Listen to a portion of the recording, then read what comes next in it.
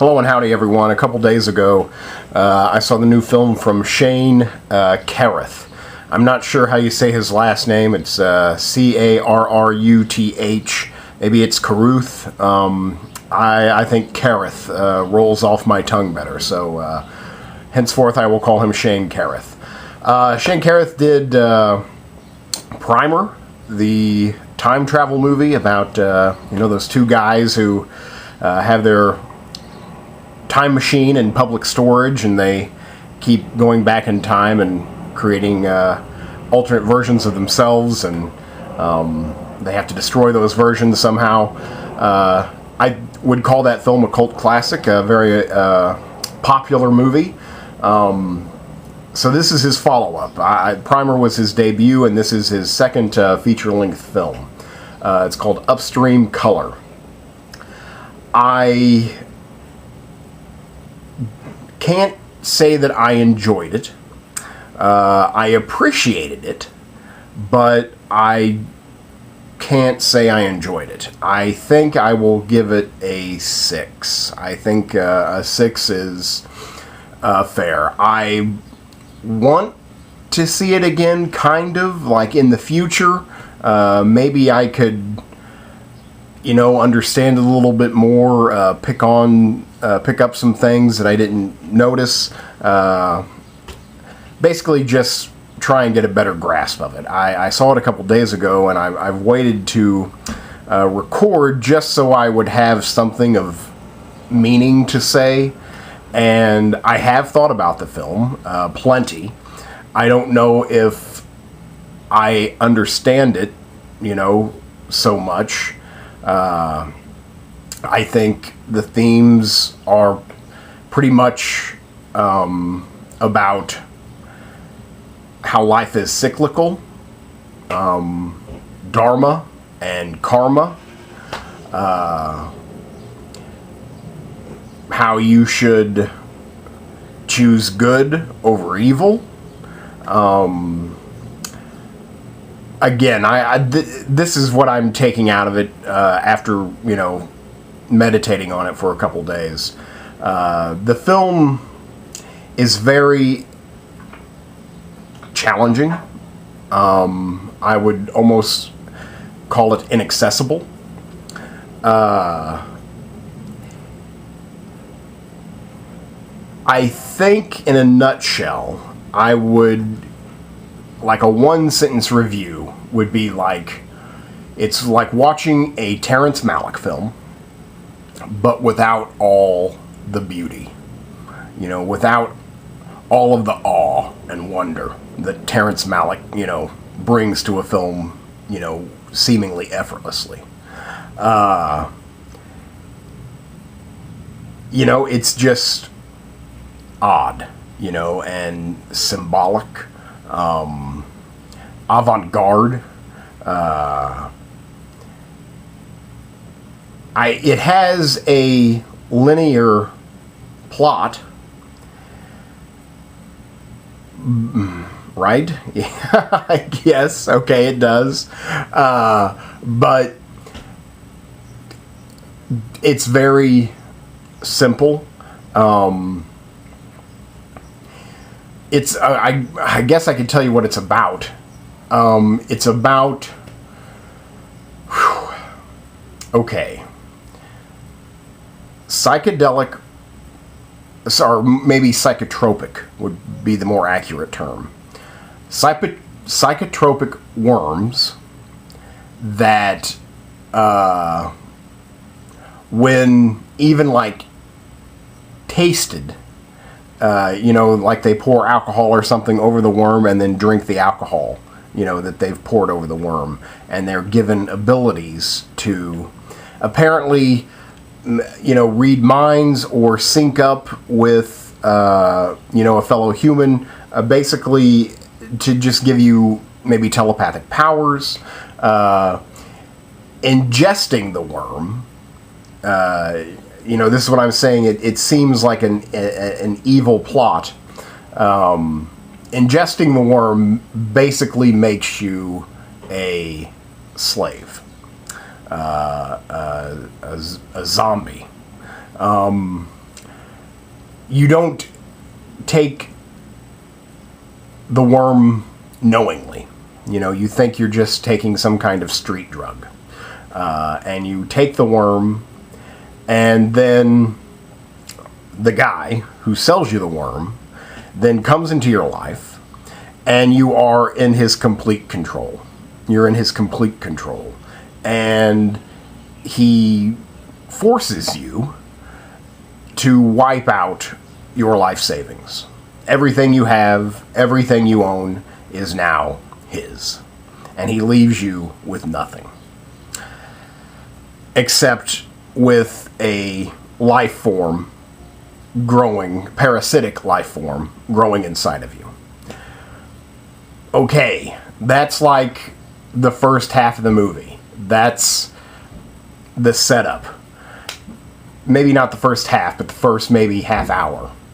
Then it's like, then it gets weird. They, you know, you go to a shaman, I guess I would call him.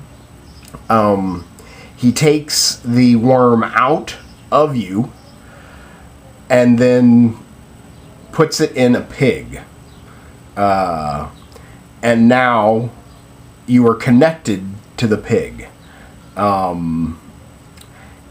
In some senses, you are the pig, and the pig is you. I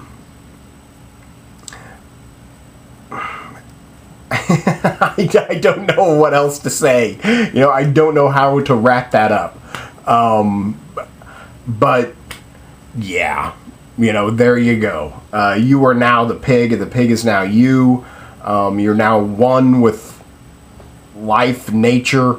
But yet this is a revenge picture because, you know, once she has the worm taken out, she meets another guy who has had a worm taken out of him and had everything taken from him, his career ruined. And so they fall in love and want to get revenge on the person or system that did this to them.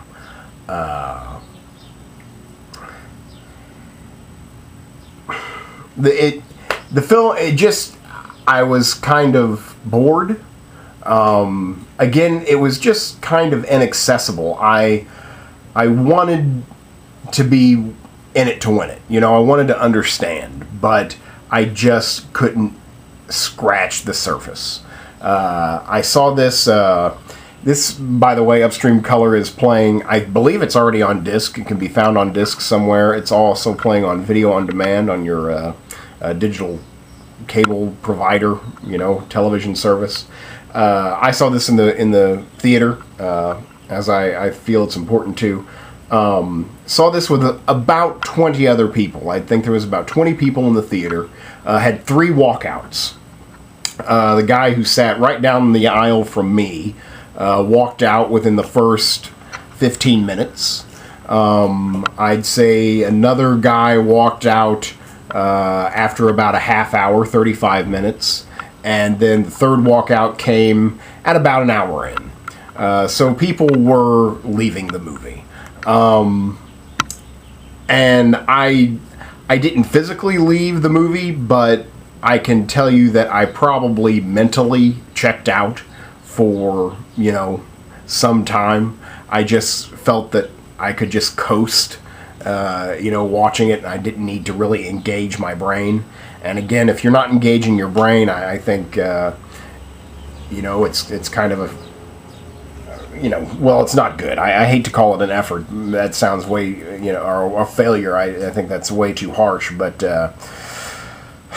you know, you got to keep people involved. And that's, I thought, was the big difference. Because, again, I thought this was very Malick-esque. I thought maybe he watched a lot of Terrence Malick to, you know, while making this film. But it just never filled me with a sense of wonder, a sense of awe. It's definitely not a beautiful film. You know, it's very plain, very dim, very dull. You know, there's not much color to the film at all.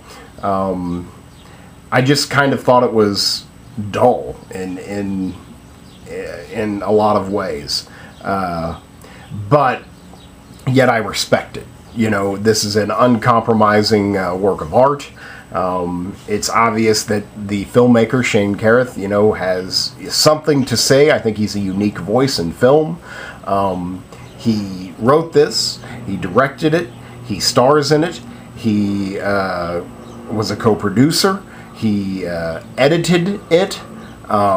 So this is his baby, you know. He takes his sweet time making movies. You know, I think Primer came out in you know, maybe '08. You know, it's been a while. He takes his time making movies, very personal movies that mean something to him. So I mean, I can appreciate that. You know, I have to honor that in some way, that this artist, you know, gets his uncompromising vision somehow from his mind to the screen. And, you know, it's not going to make any money. You know, the studio systems know that, but yet there it is. He gets it done. And I think that is a feat unto itself, and I can't dislike something that is a statement, you know, an uncompromising statement. You know, that's, I think, what art is all about. And this is definitely art. Now, whether it's enjoyable, whether you want to see it again, that's totally up in the air. And I, you know, again, if I see this again, it would just be like a scholarly, you know, effort. You know, that I would want to see if I would understand it more or enjoy it anymore. Just because, I mean, I don't know. I just didn't get it. And again, I wanted to wait until I had something to say, and I still don't see many, like, deeper themes other than, again, just the kind of the duality of nature. You know, dharma, what you do will come back to you. You basically just kind of simple life stuff. But I don't know, you know, I could have talked to any one of those people in the theater and they could have walked away with a totally different opinion. I think I would have definitely given it a higher score if the cinematography would have been more amazing. You know, again, if it brought me the Terrence Malick visuals along with the Terrence Malick, you know, confusion and challenge. You know, if I'm going to be challenged, if I have to actively participate in paying attention and, you know, solving this enigma of a film, I at least want to look at something, you know, painfully beautiful. And there's nothing beautiful in this film. You know, I guess some of the animals are cute. You know, we get to be in, like, we get to be with piglets and everything, and I guess that's cute to look at, but none of it's shot very, very well. I don't know, it just seemed dull to me. Everything seemed dull. It, you know, was never exciting, and I felt never really engaging. You know, it just almost, again, I go back to challenge you. You know, it challenges you to pay attention, to get involved, and if you're not wanting to, then, you know, you're not, and you're not going to get anything out of the film. I don't really know what else to say. I think Primer is a far better film. You know, it's more interesting, it's more accessible, you know, it's more, what am I trying to say? You know, you just think more, you know, about it. It's like, wow, you know, what was that? And here, instead of saying, wow, what was that? You say, wow, what was that? You know, it's just different. I think Primer is a infinitely more enjoyable experience than Upstream Color. But again, you know, he's a filmmaker. He's an auteur, and I think no matter what he does, people will see it. It will be, you know, maybe not controversial, but there will definitely spark some conversation. It'll be conversational, if not controversial. It's just difficult, it's just difficult. I don't really know what else to say. It just is, that film just is. That goes with my 6. I'm not going to recommend, this to many people. I definitely wouldn't recommend this film to the average moviegoer. You definitely have to like your art house cinema. You have to like your abstract avant-garde. It's mostly silent. It's a mostly silent film. There's very little spoken dialogue, so you just gotta hang in there. So it's not for everyone. It's not for everyone. It's for an acquired taste. And I would love to meet someone who just got this movie and talk to them and see, what's going on. Because I definitely want some other opinions besides my own, just because I didn't get it. Again, I think I got it. I just didn't have a fun time. I just didn't, I was bored. I checked out, I checked out. So I think, that's pretty much all I gotta say. I appreciated it, but I didn't enjoy it. So that's Upstream Color, and I give it a solid 6. Thank you very much.